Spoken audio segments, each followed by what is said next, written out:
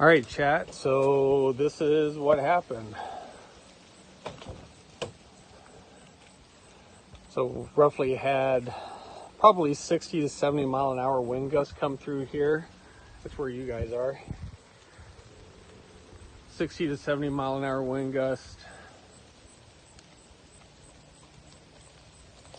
Ouch, it totally, yeah, it snapped that right up there.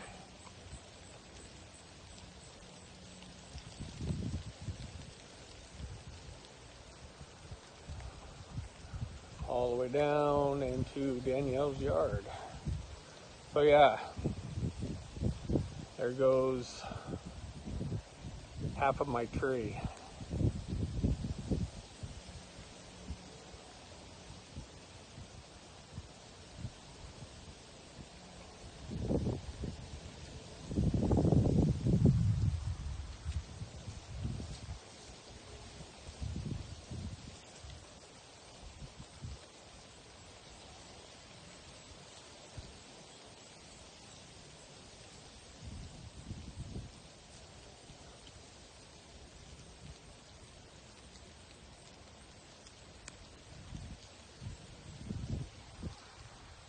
And there's Nala.